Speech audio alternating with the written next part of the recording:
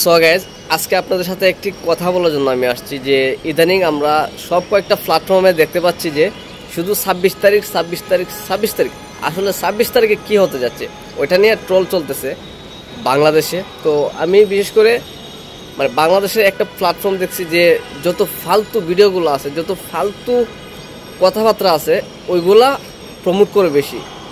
26 তারিখে একটা পুতুল থেকে কি জানি কয়েন বের হবে, চাপ দিলে ওইটা তারা প্রমোট করবে তাদের ইউটিউব চ্যানেলে।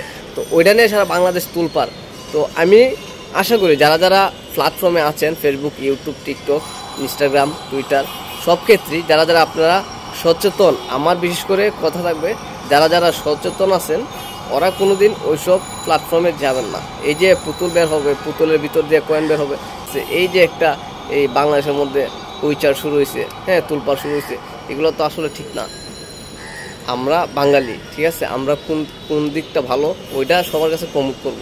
কিন্তু বাহিরের একটা মানুষ কি করবে না করবে 26 তারিখে, হ্যাঁ, মানুষকে কোটি কোটি টাকা দিয়ে দেবে, ওইটা নিয়ে আমরা সমালোচনা করতেছি, একজন একজনকে শেয়ার করতেছি, হ্যাঁ, একজন একজনকে প্রমোট করতেছি।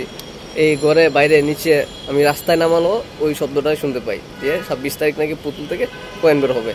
আসলে গাইজ, এইসব কিছু একটা ভুয়া নিউজ, সব কিছু ফালতু। আপনারা যারা সচেতন আছেন অবশ্যই ভুয়া নিউজে কান দিবেন না।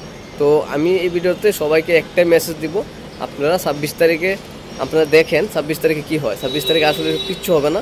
আর এইসব যদিও হয়, বাস্তব যদি টাকা পয়সা দেয়, আসলে কোটি কোটি টাকা দিলে কোনোদিন একটা কোম্পানি এত ওয়ার্ল্ডের মধ্যে প্রমোট করবো না।